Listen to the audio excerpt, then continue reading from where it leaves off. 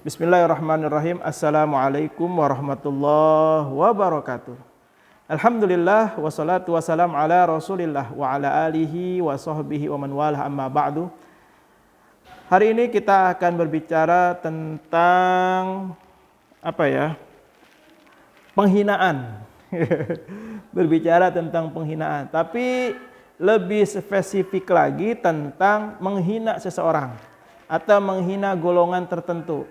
Di sini dikatakan orang yang menghina ini akan begini, orang yang menghina ini akan begini. Nah, itu yang akan kita bahas hari ini. Baik,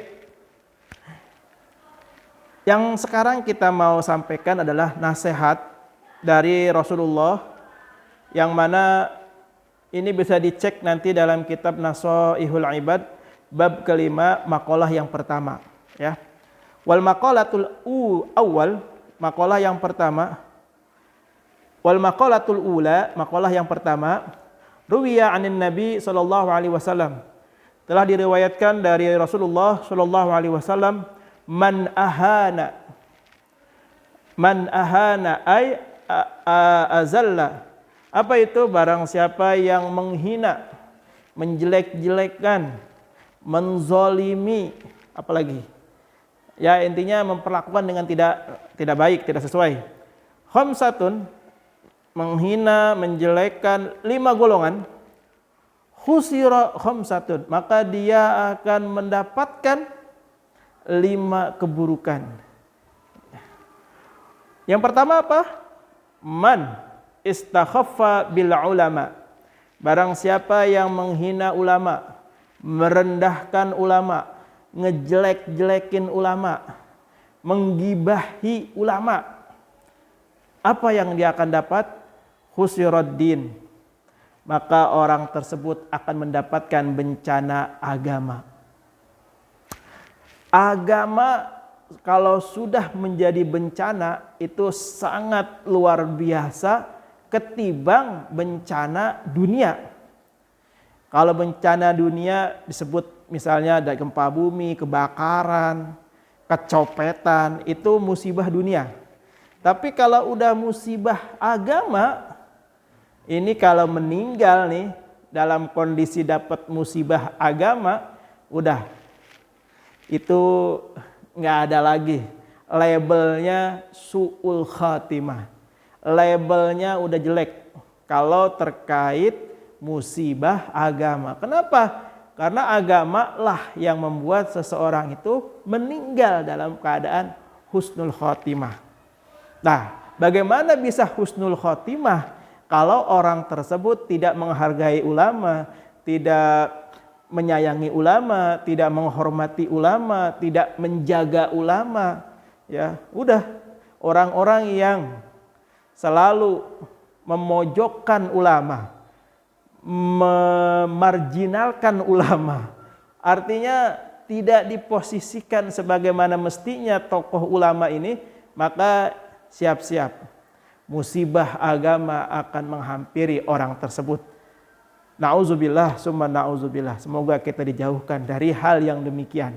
Yang pertama. Yang kedua, waman istakhaffa bil umaro. Nah, tadi ulama, sekarang umaro.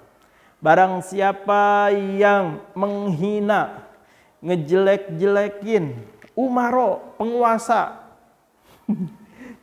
Jadi tetap di dalam Islam kita diajarkan tidak boleh menjelek-jelekan umaro kita. Diajarkan ternyata kan.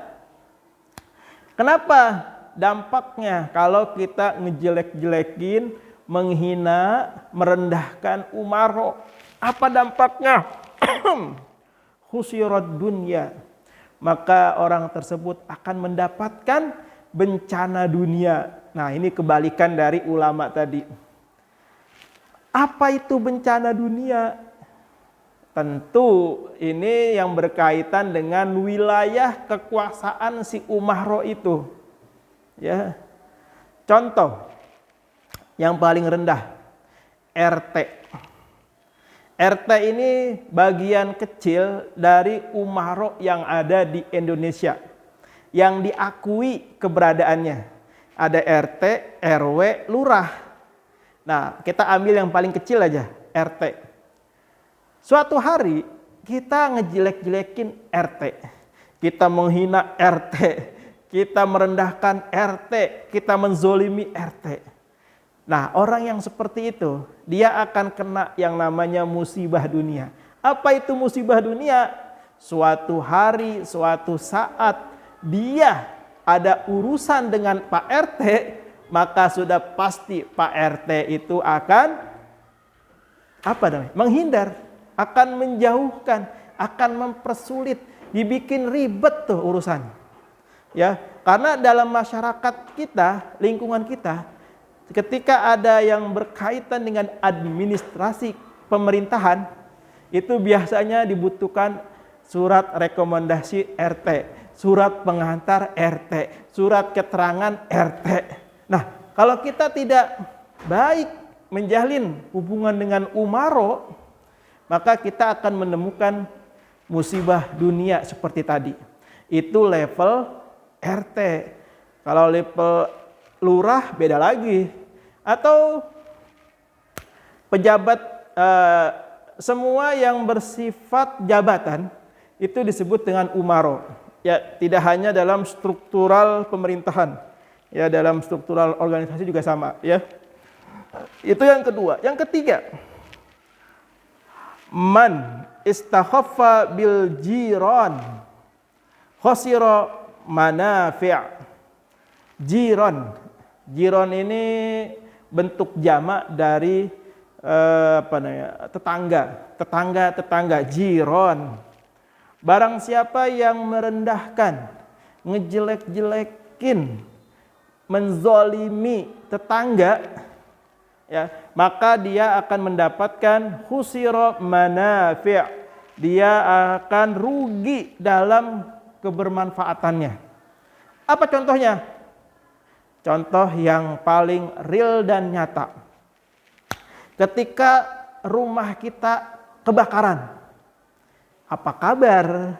Ya, nggak mungkin saudara kita yang di Bogor datang, saudara kita yang di Tangerang datang, saudara kita yang di Malaysia datang. Nggak mungkin.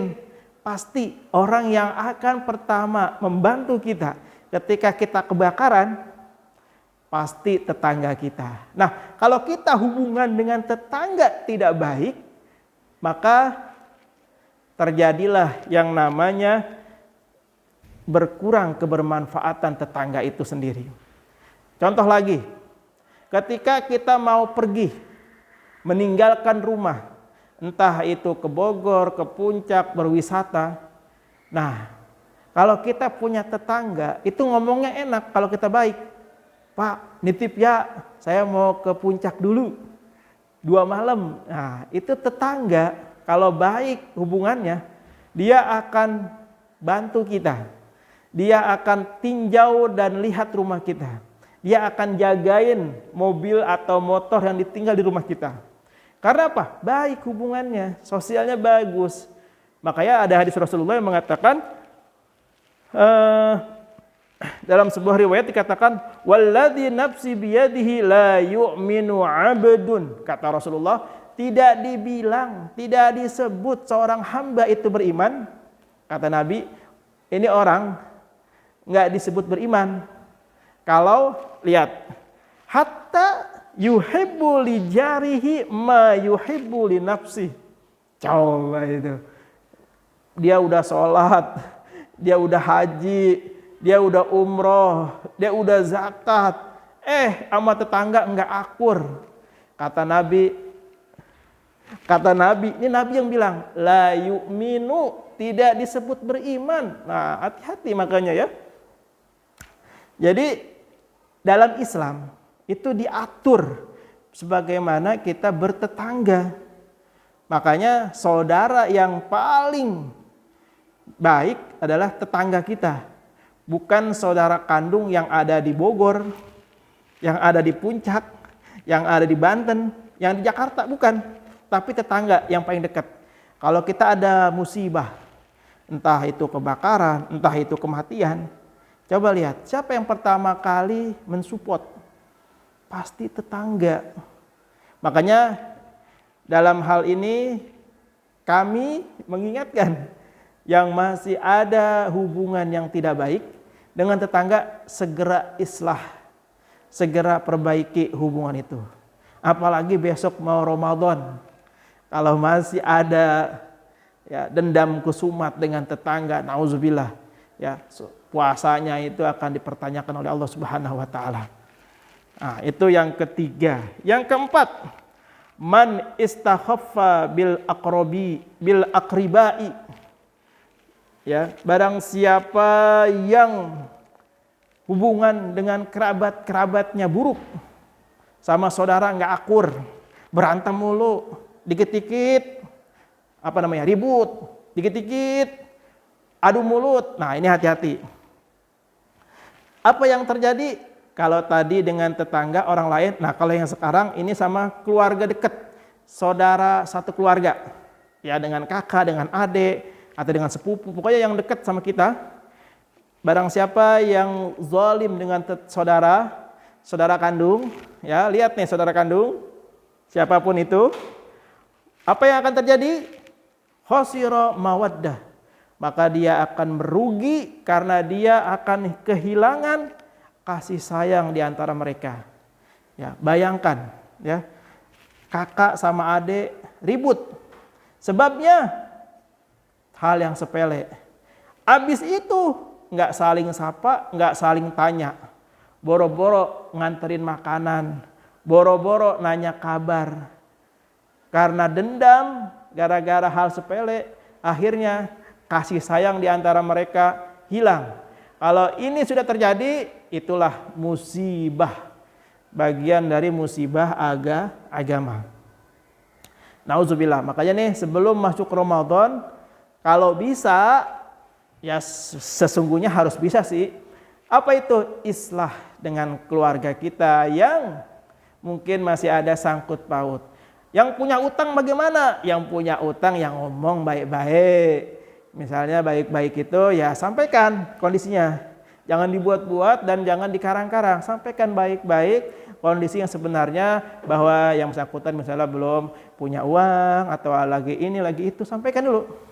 Adapun nanti seperti apa, biarkan itu mengalir. Yang penting kita yang meminjam harus punya inisiatif. Ya, jangan sampai galakan yang punya utang, itu repot ya. Itu yang keempat. Yang kelima, yang terakhir. Apa itu yang terakhir? Man istakhaffa bi ahli. Ya, ahli. Di sini dikatakan kepada keluarga. Maksudnya pasangan. Khosirati bal ma'isyah. Maka dia tidak akan mendapatkan ma'isyah. Ma'isyah itu nikmat kehidupan. Jadi kalau ada pasangan suami istri kemudian cekcok, berantem lama, maka selama itu dia tidak akan mendapatkan kenikmatan dari kehidupan dia. Jadi kalau suami istri berkelahi, berantem, diam-diaman, maka kenikmatan dunia itu kayak nggak ada gunanya. Kenikmatan dunia itu hilang semuanya. Semuanya itu seperti hambar, ya. Makanya kalau sudah berkeluarga itu harus punya komitmen, siap mengalah, siap menerima, siap bersama-sama. Mengalah, menerima bersama-sama untuk menuju tujuan yang satu dan yang sama. Jangan sampai ketika sudah suami istri tapi masih memiliki tujuan masing-masing. Kalau ada yang seperti ini, maka dijamin keluarganya tidak akan bahagia. Suaminya mau ke barat, istrinya malah ke timur. Anaknya nih itu jadi bahan untuk rebutan. Kata suaminya, "Nak, kamu jadi ustadz aja." Kata ibunya, "Nggak bisa, harus jadi dokter." Nah, ini repot nih kalau udah begini nih. Itu contoh kecil. Belum lagi yang masalah-masalah yang lainnya. Oleh karena itu, mari kita jaga diri kita, keluarga kita. Kita jaga interaksi sosial kita, baik dengan umaro baik dengan ulama, baik dengan tetangga, baik dengan keluarga kita, semuanya harus baik. Insya Allah itu menjadikan kita kalau meninggal husnul khatimah. Nanti di kubur kita akan mendapatkan kenikmatan kubur. Kenikmatan kubur yang menggambarkan kenikmatan surganya Allah Subhanahu wa taala. Mudah-mudahan apa yang kita lakukan menjadi kebaikan, apa yang kita kerjakan jadi ibadah, sehingga bekal menghadap Allah itu banyak, diterima sama Allah, dan kita layak dimasukkan ke dalam surganya Allah Subhanahu wa taala. Allahu a'lam bishawab. Mudah-mudahan bermanfaat. Hadanallahu wa iyyakum ajmain. Assalamualaikum warahmatullahi wabarakatuh.